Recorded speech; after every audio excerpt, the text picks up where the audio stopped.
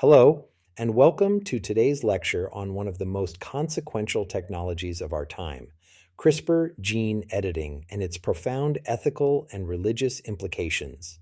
CRISPR-Cas9, developed just over a decade ago, has given humanity an unprecedented power, the ability to edit the very code of life itself. With this power comes responsibility, and with responsibility comes difficult questions that touch the core of who we are as human beings. Today, we'll explore how this revolutionary technology challenges our deepest moral convictions, religious beliefs, and philosophical frameworks about what it means to be human. Part 1. What is CRISPR and why does it matter? Before we dive into the ethical dimensions, let's briefly establish what we're talking about. CRISPR stands for Clustered Regularly Interspaced Short Palindromic Repeats.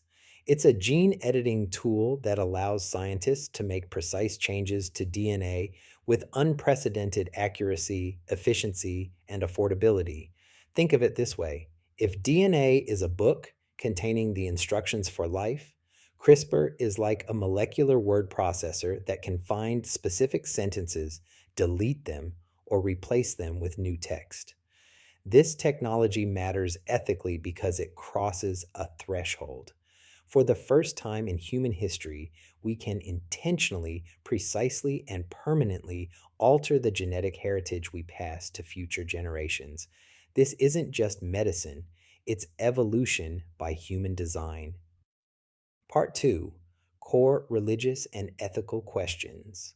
CRISPR's ability to alter life at its most fundamental level has generated profound religious and moral reflection across traditions. Let's examine the major questions. Question 1. Are humans playing God? This is perhaps the most visceral concern raised by religious communities and secular ethicists alike. When we edit the human genome, are we overstepping a fundamental boundary between creator and created? Are we exhibiting hubris, the ancient Greek concept of dangerous overconfidence that invites catastrophe? Different religious traditions approach this differently. In Christianity, there's tension between two principles. On one hand, humans are seen as co-creators with God, given dominion over creation and called to heal the sick. On the other hand, there's deep respect for the created order and warnings against pride. The Catholic Church, for instance, has expressed concerns about modifications that go beyond therapy into enhancement, viewing them as potentially violating human dignity. In Judaism, the concept of tikkun olam, repairing the world, can be interpreted as supporting medical interventions. Many Jewish scholars argue that if God gave us the intelligence to develop CRISPR, perhaps we're meant to use it. However, they also emphasize careful deliberation and the Talmudic principle of pikuach nefesh. The preservation of life takes precedence, but we must act with wisdom. In Islam, there's a strong tradition of seeking medical treatment and knowledge.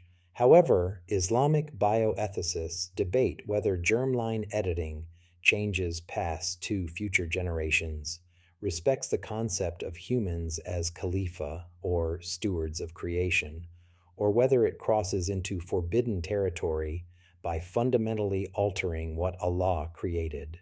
From a secular perspective, the playing God objection is often reframed. It's not about divine authority, but about human wisdom. Do we understand the complex systems we're altering well enough to make permanent changes? Do we have the collective wisdom to wield such power responsibly? Question 2. Therapy versus enhancement. This distinction is crucial but increasingly blurred. Therapy refers to treating or preventing disease, using CRISPR to correct genetic mutations that cause conditions like sickle cell disease, cystic fibrosis, or Huntington's disease. Enhancement refers to improving traits beyond normal function, increasing intelligence, altering appearance, enhancing physical capabilities, or extending lifespan. The moral question: is there a bright line between these categories? Consider these scenarios. Preventing severe genetic disease. Most traditions support this as an act of compassion. Reducing risk of common diseases like heart disease or cancer, still therapeutic but more controversial. Increasing height to normal range. Is short stature a disease or natural variation? Increasing intelligence. When does this cross from treating disability to enhancement? Selecting for physical attractiveness, almost universally seen as problematic enhancement. Religious traditions generally support therapy, but express deep concern about enhancement. Why? Because enhancement threatens several core values: gratitude for the gift of life as it is given, humility about human limitations, equality before God or in moral status, the value of diversity in human experience. Buddhist perspectives add an interesting dimension. The pursuit of genetic perfection might be seen as another form of attachment and craving, perpetuating suffering rather than alleviating it. Question 3. Human dignity and moral status. This question gets to the heart of what makes us human. Does our genetic code define our essential humanity? If we alter it, do we risk creating a subspecies or undermining the equal dignity of all persons? The Catholic tradition speaks of human dignity as intrinsic, written into our very nature by God. Pope Francis and the Pontifical Academy for Life have warned that genetic modifications, especially enhancements, could treat human beings as products to be designed rather than gifts to be received. Kantian ethics, influential in secular bioethics, argues that humans must always be treated as ends in themselves, never merely as means. Creating designer babies risks reducing children to projects of parental will rather than recognizing them as persons with their own inherent worth. But there's a counter-argument. Doesn't treating a genetic disease also affirm human dignity by refusing to accept preventable suffering? The tension here is real. We want to prevent harm while respecting what it means to be human, naturally limited, mortal, and diverse. Question 4. Justice and social inequality.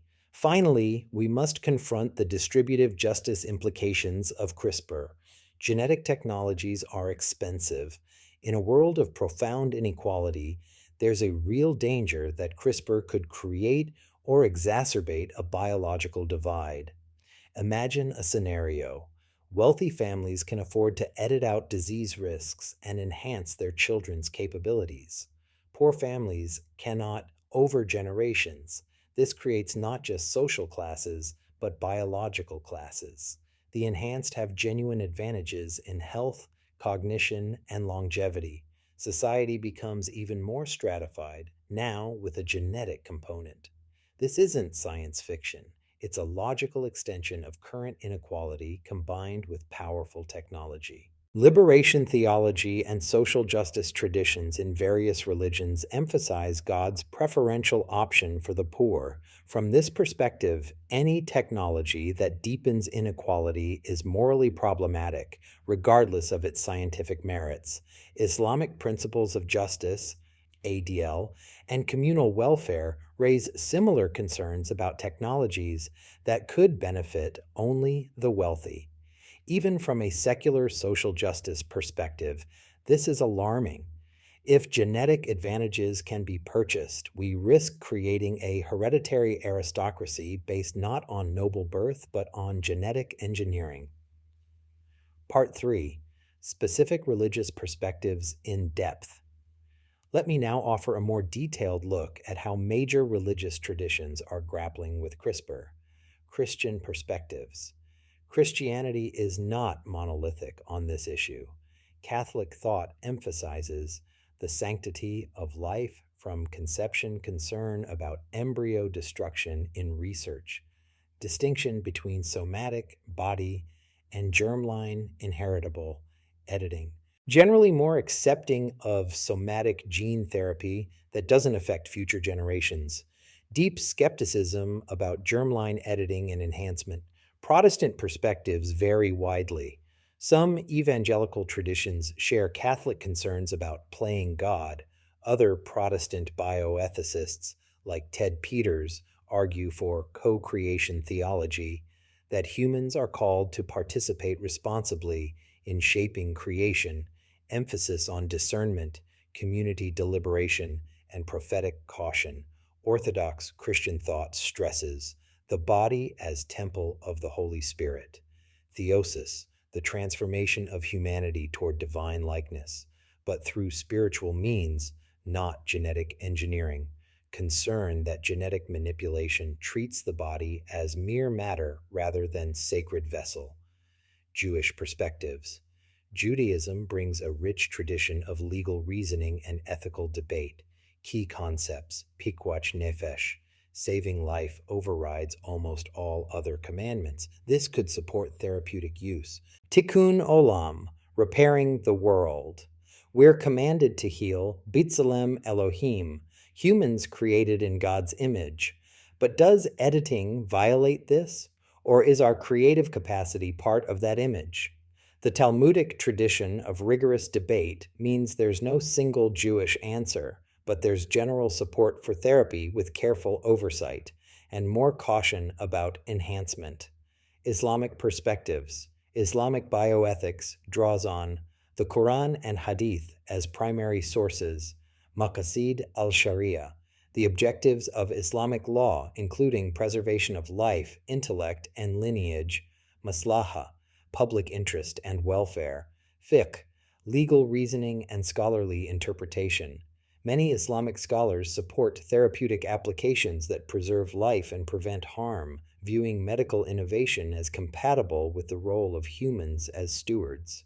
However, concerns arise around interfering with Allah's creation without necessity, germline modifications affecting lineage, nasab, the potential for playing God, shirk-like hubris, issues of justice and equitable access. Eastern religious perspectives, Buddhism offers unique insights.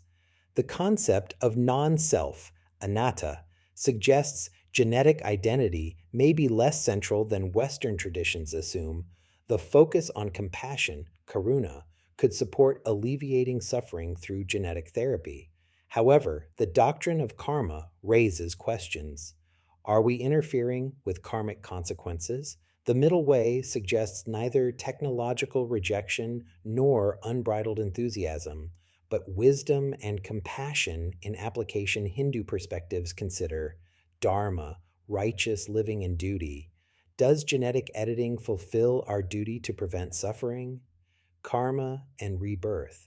How does genetic editing relate to karmic inheritance? Ahimsa. Nonviolence could support preventing genetic disease. The tradition generally supports medical intervention, but emphasizes spiritual development over physical perfection. Part 4. The germline question. One of the most contentious issues deserves special attention. Germline editing. Genetic changes that are passed down to future generations. In 2018, Chinese scientist He Jiankui shocked the world by announcing he had created the first gene-edited babies, twin girls with edited CCR5 genes, allegedly to confer HIV resistance. The global response was swift condemnation. Why is germline editing especially controversial? First, the consent problem. Future generations cannot consent to changes we make to their genome. We're making decisions that will affect people not yet born, possibly for centuries.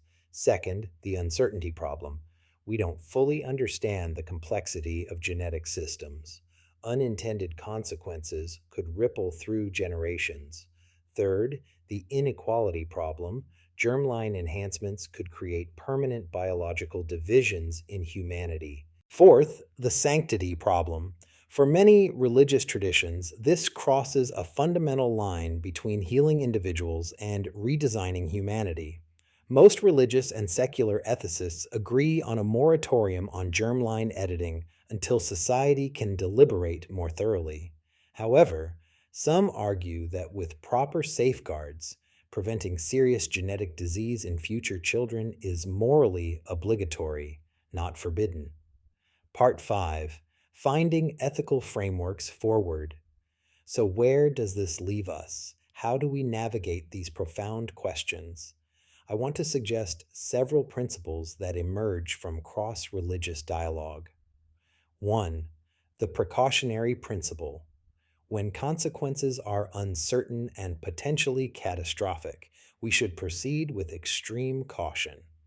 This doesn't mean never proceeding, but it means the burden of proof is on demonstrating safety and necessity. 2. The therapy enhancement distinction with nuance. While not always clear cut, maintaining a general priority for treating disease over enhancement helps us avoid the most troubling scenarios. 3. Justice and access. Any use of CRISPR must be evaluated for its impact on social equality. Technologies that deepen inequality require strong justification. 4. Democratic deliberation. Decisions about germline editing affect all of humanity. They should not be made by individual scientists or clinics, but through broad, inclusive, democratic processes. 5. Respect for diversity. Both genetic diversity and diversity of religious and philosophical perspectives should be honored in policymaking. 6. Humility. We should acknowledge the limits of our knowledge and wisdom. Not everything technologically possible is morally permissible. Part 6. Practical cases and dilemmas. Let's consider some real scenarios to test these principles. Case 1. Preventing Huntington's disease. A couple carries the gene for Huntington's disease, a fatal neurodegenerative condition. Should they be allowed to use CRISPR to edit this gene out of their embryo? Most religious and ethical frameworks would support this as clear therapy preventing certain suffering. Case 2. Reducing cancer risk. A family has a strong history of early onset breast and ovarian cancer due to BRCA mutations. Should they edit these genes? This is more complex. The risk is significant but not certain, and there are other interventions available. Still, many would support this. Case 3. Preventing deafness. Some members of the deaf community view deafness not as a disability, but as a cultural identity. If deafness genes could be edited out, should they be? This challenges our assumptions about what constitutes disease versus diversity. It raises profound questions about disability, normalcy, and the value of different ways of being human. Case 4. Increasing intelligence. A couple wants to edit genes associated with higher IQ in their embryo. Should this be permitted? Here, most frameworks say no. This is enhancement, it's of uncertain safety, it raises justice concerns, and it treats the child as a project rather than a gift. Conclusion: living with uncertainty. As we conclude, I want to acknowledge that we don't have all the answers. CRISPR technology is moving faster than our ethical frameworks can adapt. What we do have are ancient wisdom from religious traditions about human limits, dignity, and justice, philosophical tools for reasoning about complex moral questions, democratic institutions for collective deliberation, scientific understanding of both possibilities and risks. The ethical and religious impacts of CRISPR will define the 21st century and beyond. How we answer these questions will shape not just medicine, but the very future of human nature. We must approach these decisions with wisdom born from humility about what we don't know, compassion for those suffering from genetic disease, justice ensuring technology serves all humanity, not just the privileged courage to set boundaries, even when technology makes things possible, hope that humanity can use powerful tools for genuine good. The conversation doesn't end here, it's just beginning. Each of us has a role in shaping how CRISPR is used, whether through our personal choices, our advocacy, our votes, or our prayers. Thank you for your attention to these profound questions. I hope this lecture has given you frameworks for thinking deeply about the ethical and religious implications of gene editing technology. The future of humanity may well depend on the wisdom with which we answer them.